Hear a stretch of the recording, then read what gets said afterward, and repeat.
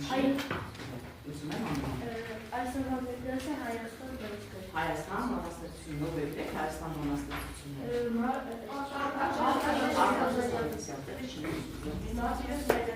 Գրված է, հա, շատ գալիս ինչ հանձնարարված տնային աշխատանք։ Ուզում եմ ժողով։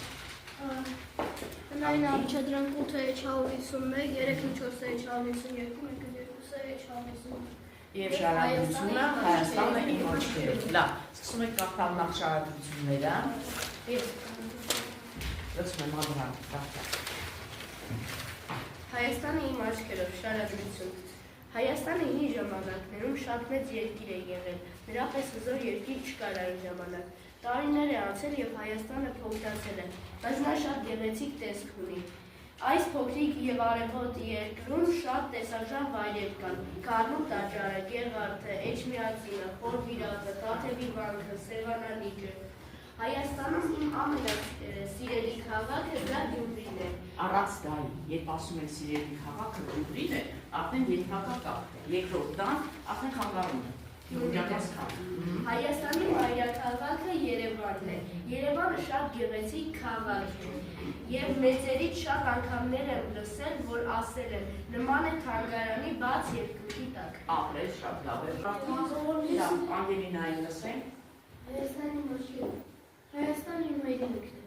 Այն մի փոքրիկ, բայց շատ սիրելի երկիր է, որտեղ ես ծնվել եմ և մեծացել։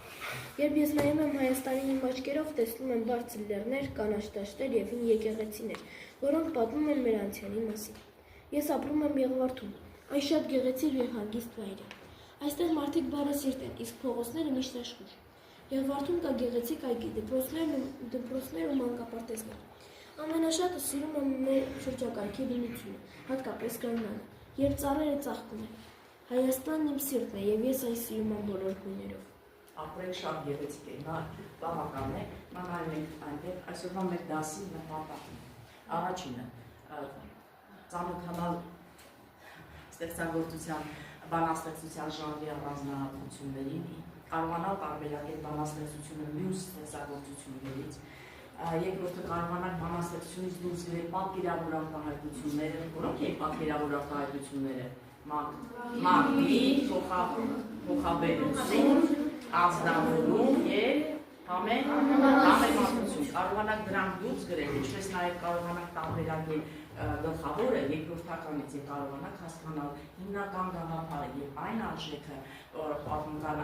մշակութային արժեքը, որ ցանկանում է փոխանցել մեզ բանաստեղծը, և քանի որ այսօրվա